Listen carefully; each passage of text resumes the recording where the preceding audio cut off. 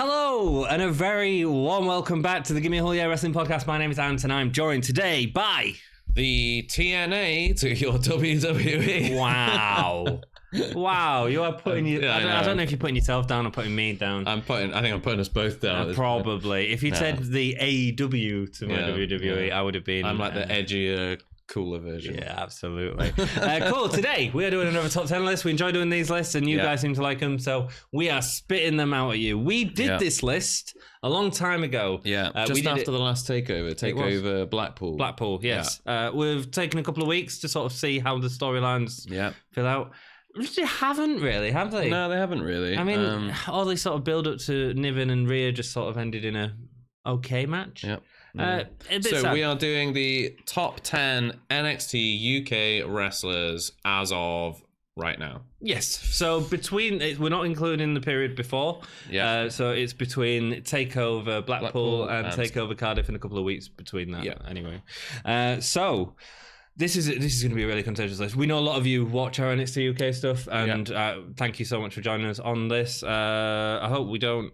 There's a lot of choices, man. Yeah, there's a lot of choices. It's a hard one. So number 10 is Cassius Ohno, the wrestling genius. I mean, he really could have been higher on this list. I think he's been pretty great ever since. It's hard. It's a good list. He could have been higher, but unfortunately for him, there was just people who have been more entertaining and better. Yes. But he has been fantastic since coming in. Yes, and he has sort of come in within this wave. Yeah. Come in with this wrestling genius gimmick. Yeah. The best British wrestler. Yeah. Even though he's not British. So smart. It's really good. And he's really he's hanging around on that line between not face, but he's almost a heel, but he's not quite really heelish. Do you know what I mean? But he's really fun to watch, and I think he's found a really good balance there. The British rounds match was really fun with Sid Scala. You enjoyed it. I enjoyed it slightly less, but you can go back and check our review. It's the one with the British flag on for that. He had a match I think with Gentleman Jack Gallagher as well, which is really good. He did earlier on, I think it's more the gimmick. I think there's potential for the gimmick. I don't think it's fully been reached yet. His segments with Sid Scala have been really good as well. He's really funny. They've been great, really funny. And I think it's just nice having him around. I think he adds a level of pedigree as well. I think indeed show, he which does. Is really good. Indeed he does. So it'd be good to see more from Cassius Ohno. Indeed, and we'll see where he goes further from here. Absolutely. Number 9, Joe Coffey. He's down a lot, I think, from the last list. Do you think? Yeah, I'm pretty sure. I think he was around 5 last time. Yeah. I think we'll have to double check at some point. I think he's still in the top 10, and that's the important thing. There's a lot of people who were in the top 10 last time that are not in the top 10 this time. Yeah, indeed. But he's been pretty reasonably consistent. Some of the promos have been a bit weird, but I think his matches generally have been pretty good. He had an absolute barnstormer with Mastiff at Cardiff. Cardiff. Great fun. Great fun. I think generally Gallus have been pretty entertaining. They've been one of the more solid points of the show. Yes, and I think a lot of that's to do with Joe Coffey. Yeah, it's obvious that he's sort of the best in that faction as well. So that's why he's being included on this. We've also split up tag teams for this. We wanted to sort of make it a little bit more difficult for ourselves, I suppose. Yeah, it's top 10 NXT UK superstars, and tag teams. Performance level and everything else, So number 8. Mark Andrews. Mark Andrews is a serious talent in the ring, man. That Stun Dog Millionaire has really surprised us. Yeah, absolutely. There's been a couple of times now that I've seen it coming, but generally I'm always surprised by it. There's been some amazing situations. When he pops it out as the double every now and again is always fun. But his whole moveset is just great fun from start to finish. He's a real crowd pleaser. I think everything about his whole... His entrance is incredible. The his entrance music great. Is awful. That's the reason why he's at number 8 and not number 1. His entrance music is what it is. I don't like it. You do like it. There we go. And of course, he's also just won the NXT UK Tag Team Championships as well. Absolutely. So he's sort of getting a big push at the minute. So really good for him. One of the original 6. He was definitely in the last list, I'm sure. Yeah, and, he was. Good work, continued good work, solid. Enjoy. Anytime Mark Andrews is out, I'm like, this is going to be a cool match. Absolutely. Next up, number 7. Zach Gibson. Wow, he's dropped a lot. Yeah, I think he was like what? He was very high last time. Was like 2, was he last time? Definitely should have checked who was last time. Anyway, he was very high. I think the fact that we haven't looked at it actually means that we won't be influenced by it. Yeah. Which, like we have made sure that this is an entirely fresh list. Like we haven't kind of gone like, oh, those people were in it before, so they should be in it now. We are literally just judging it on how things have been for the last 6 months, 7 months. So obviously Zach Gibson, one of the strongest performers. Certainly promos have been incredible all the way through. In-ring work is consistent as well. His tag team work with James Drake has been incredible. As always. What's really made it different? We've not seen as much of the Grizzled Young Vets as I would like to have seen. Absolutely not. There's been a couple of backstage segments where we've not seen matches, and I'd like to have seen a few more matches from them. Yeah. Also, they haven't really had any good contendership for the titles. I mean, until Takeover Cardiff, there hasn't really been much happening. No, and the sort of best match I had before that between this 2 period was the rematch against Mustache Mountain, which was all the way back at Blackpool. Which was a Download Festival. That one, it was. Yeah, it was the one where Imperium came and beat up afterwards. So that was sort of that was the bigger, that was the more memorable angle. Oh yeah, because they came back. So. I think that's why. I just don't think that they've had any massive feuds with the tag team belts, which is a real shame. I think they could have pushed Aichner and Marcel into that position a little bit more, but they chose not to. And the faces, they had the Amir Jordan, Kenny Williams, which is fine, but I mean, they were never going to win. I mean, so that's why he's there. It's still incredible wrestler. Yeah, and, still top 10. Still top 10, baby. Yeah. Sorry, do you have that to about Sack? No, I think that's about it. You know, he's brilliant, but you're right. We just haven't seen enough of him. Number 6. Zaya Brookside. Right, so this is mainly them download tapings, I think. Yeah, I mean, she's always been good. Solid. Solid. Never bad. No. Definitely improved at the NXT Takeover taping. Sorry, at the Download Festival tapings. She was a big deal within that. Yeah, you know, she nearly won the Women's Rumble. And there was that stupid thing where Kelly Ray hid outside the ring. Which but not only did she nearly win the Rumble, she had a great showing in that battle royal. She eliminated Ginny, Jazzy, and Rhea. I want to say. Yeah, I think so. Yeah, she eliminated Rhea and Niven. Yeah, she eliminated more people than anyone else, I think, apart from maybe Jazzy. Yeah. But she had an amazing showing. All of her matches around that, she was built really well as well. Like she had some great character work. Some good stuff with Ginny. Some good matches with Ginny. And I can't wait till she's back. You know, we've not seen her at the Cardiff tapings, I don't think at all. No, we've not. And I'm really excited for her to come back and for us to see her again. I think that's why she's on the list. You know, she did such good work that I'm excited for her to be back and to see how they can build Zaya again. You know, them download tapings had some good storylines built stuff. Really good, which I really wasn't expecting. No, I wasn't. Do you expect the tapings at like an actual event to be, you know, in an arena to be the ones that are like the good ones, but they use the festival to say, oh look, let's do this segment in a muddy field because we don't normally see stuff like that. So we got a lot of character work there, and her character stuff really was great in ring, and she was in it a lot. So I liked seeing a bit. There was one match in particular where she was really ferocious and like really like aggressive, and that was really nice to see. You know, it was a demonstration that there's more to Zaya than just like this sort of plucky underdog, even though that's one of the best things about it. Absolutely. So next, we're into the top 5. Number 5. Yeah, it's getting serious now. Jordan Devlin.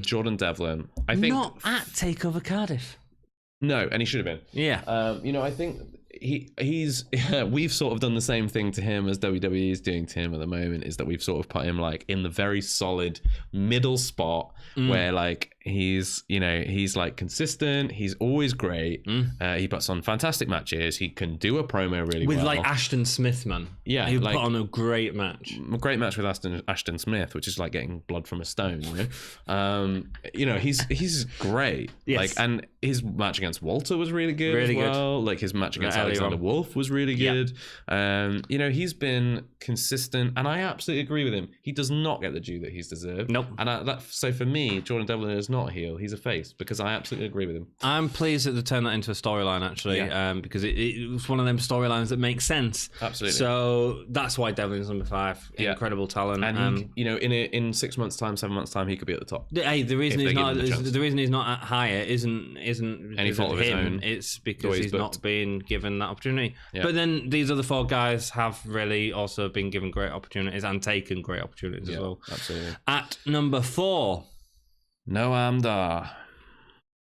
He's just great, isn't he? He's been fantastic. He's so funny. Yeah, he's really funny. He's a great in-ring worker. He is telling great stories in the ring, man. Since coming to NXT UK, like, long term, like, I know he had the injury and then he was back. That's probably the only reason. I don't even think he was on our first list. Not that I can remember. I don't know. I don't think he was. No, because he didn't show up, actually. No. He came in for the first, like, 2 episodes. He had a big match with Pete Dunne early on, and then he didn't show up for a long time after that. Yeah, I think I think he returned at Blackpool, was it? I think.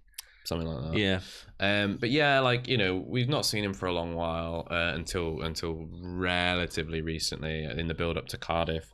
And he's just been great. Although the the feud that he was in with Travis Banks was a bit weird and a bit fruitless, he absolutely made the best of it. Oh, both of them did. Yeah. I mean, that was certainly that was the best of Banks has done by far in NXT UK. Oh no, sorry, I'm talking about Devlin now. No, okay, yeah. So his Dar's thing with Dar's thing with Banks, it didn't really pay off with Cardiff. Yeah, no, you're right. It was just a weird build. It was very quick and very short. But he still even made the best of that. You know, his matches have been. The match at Takeover Cardiff is probably what keeps him at number 4. Because it wasn't a particularly brilliant match. Yeah, but his promo stuff is so good. His one with Trent Seven a couple of weeks ago was fantastic. Really good, yeah. So, but, the match at Takeover was good. It just didn't live up to everything else. Our expectations of it, I think. Number 3 is Walter, the champion. The champion, Walter. Yes. Dominant. I mean, these 3 are hard to split hairs between. Absolutely dominant. Came in. At Blackpool. Number 1. Absolutely destroyed people. Leader of a great faction. I don't think he's put a step wrong since joining. I think that they booked him weird at the very beginning when he was going against like Jack Stars and stuff. It's fine, but I think it was more because Jack Stars was getting squashed by everyone at that time, so it felt just like, oh, here's another guy squashing Jack Stars. That was the one bit of his run that has been like off. Everything else has been perfect. The work he's done with Trent Seven and Tyler Bate has been incredible. The matches with Pete Dunne were incredible. His segments in the performance center and in his Austrian thing has been amazing.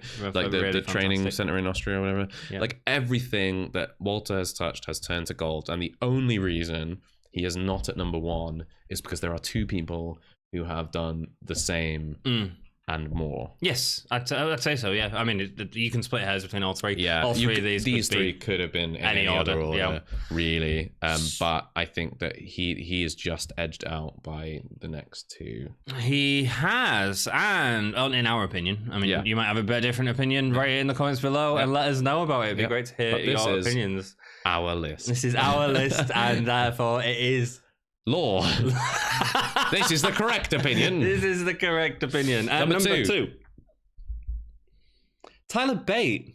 You was all thinking he was number 1, but we've got someone else in number 1. Bate, look, that takeover match it's possibly match of the year contender, isn't it? It was amazing. I went back and rewatched it. It's amazing. What did Meltzer give it? 5.25? Probably. Or 5.75, it's great. Something like that. I mean, it's fantastic. It's a 50-minute match for one thing, which is just crazy, like absolutely crazy. But they don't stop. It's gonna go down as one of the greatest matches probably of all time. Probably. It's great. Like it was phenomenal. It was a phenomenal match. I think like I got really gutted by the ending. I was sat there with my mouth like, but I was thinking about it, right? When was the last time, or let's think of the last 3 or 4 times that I've been sat at the end of a match going, oh yeah, and that's great. That's a great feeling. Do you know what those matches are? Go on.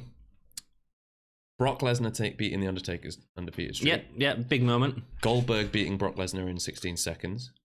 What, at WrestleMania? Oh no, the first time. Yeah. Seth Rollins cashing in at the WrestleMania. Dude, 30. you are talking about massive wrestling moments here. Massive wrestling moments, and those were the ones that got me to drop my jaw. And when Tyler Bate... did you not watch Pete Dunne and Walter when Pete Dunne lost the title?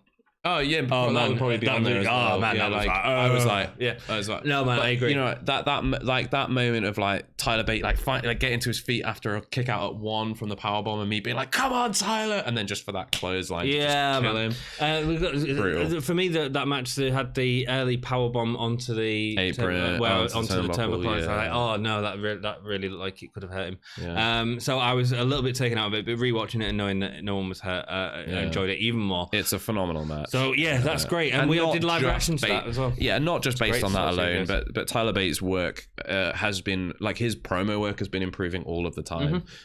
Just the feud that he's had with Walter has just been gold from start to finish. Perfect. His work with Grizzled Young Veterans has been amazing. I just don't think Tyler Bate has put a step wrong. No. And he's just one of those baby faces that you can't help but love, you know? Like, there are certain baby faces that get rejected, Roman Reigns, John Cena, blah, blah, blah, etc., etc., etc.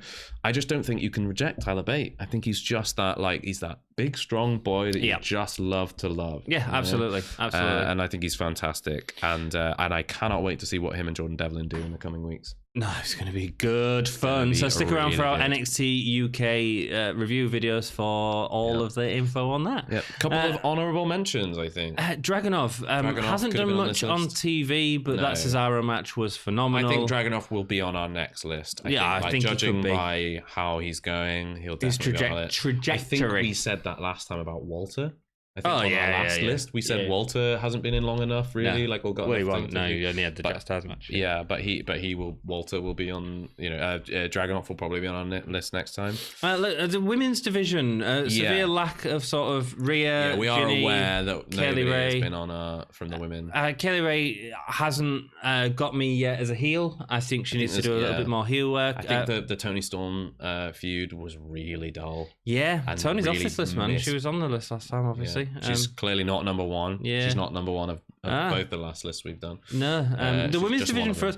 I hear so many people saying about the women's division being booked so great in NXT UK, and if you've seen our reviews, you'll know that we like question that. Early days, it was booked really well until Toni Storm's reign. And, you know, Toni Storm is fantastic. Rhea's reign was weak, though, as well. It was, They just booked her to be too weak. And Rhea Ripley is, again, one of our honourable mentions. In the last few weeks, has started being booked the way she should have been being booked for the last year. Again. But then the Niven match was a bit underwhelming. Ginny is another performer that, again, was very high on our list last time because she is such an incredible wrestler. However, not been given much to do. Being given this sort of bodyguard, and actually that's sort of overshadowing Ginny, unfortunately. And that's hindering her a lot. Ginny's better than that. I should come back from it, but sure. At the same time, it feels we need to go somewhere with that now. And hopefully, really our next list will be full of women's wrestlers. Because I think like they really need to work. Not the wrestlers, but the booking team really need to work on those storylines because I think they've been really lackluster. It looks like we're moving in a positive direction. I'm excited about Rhea Ripley and Piper Niven versus Ginny and Jazzy. I think that's going to be really interesting to actually finally see them working matches. They need to work matches, man. I'm really excited for the idea of Zaya Brookside coming back. Tegan Knox has just shown how brilliant she is. Like, hopefully, I think there's a lot of potential with the women's division right now. It's exciting. They need to do the right thing with it. It's exciting. Also, I think honourable mention should go on there. Pete Dunne. Aha! He's not number one. Pete Dunne is not number one. Yeah, Pete Dunne. So he had the he lost the title. He had the title, and it was a great match. And it was an incredible match. Yeah, but he lost it in NXT. In a sense, it doesn't really feel like NXT UK because although it was for the title, it was on Takeover. Not NXT UK Takeover. It happened on the build NXT to the Walter Takeover. Stuff was fine. The sort of tag teaming with Walter was fine. It was all good. It was all good. Maybe it's because it's so long ago, and maybe it's because we did have a long chat about Pete Dunne. I was like, no, it's time to put other people on. He doesn't feel part of NXT UK at the minute. And all the work that he did, like in the time that he between our last list and now, was all really good. But again, you know, he just hasn't been on enough, has he? For us to put him at the top. And I think it's, you know, there's been one person who has been consistently excellent, fantastic. Yeah. It was really hard to choose. So let's talk about him. Okay. Before we go into that. You tease. Let's go to an ad break. Facebook, Twitter, Instagram, Please subscribe to the channel. It really helps us out. Drop a comment if you've got your own top 10 Want to hear NXT it, UK. man. Want to hear it. You know, if you've got any ideas for a list that you'd like to see from us, we absolutely do. We'd love we do NXT UK reviews. Ant does a Wrestling Rewind with Dom, where they look at pay-per-views from the past. We've got a bunch of other series on, like Who Booked It Better, and our roundtable discussions about current, wrestling topics. Help us hit loads of stuff. Help us hit 200 subscribers, dude. Yeah, I want to try and do that really before Christmas. Share the video, let people know about it. And if you've been with us from the beginning, or if you've joined us recently, thank you so much for sticking with us. We really appreciate it. Yes, number 1. Who have we got? Trent Seven. Did people know that it was Trent Seven? I think they must have done. They'll be figuring it out. Yeah, I think they'll be like, oh, Trent Seven's going to be like 4 or 5. We have a lot of people that regularly watch the NXT UK, and we always bang on about how good Trent Seven is. He right. So I'll tell you why I've put him at number 1 above Bate and Walter. It was. We should say it was a tough decision. It was the top all 3. Like Walter, together. Bate, and Seven were all up there. The thing that's done it for me is his emotional performance. Yeah. The way that he sold that Pete Dunne attack with Imperium was a thing of beauty. Yeah, and then the Tyler Bate thing as well, where Tyler Bate got power bombed onto the turnbuckle and he was going, Tyler! Sorry, that's what I was talking about. Sorry, did I say Pete Dunne? Sorry. Tyler!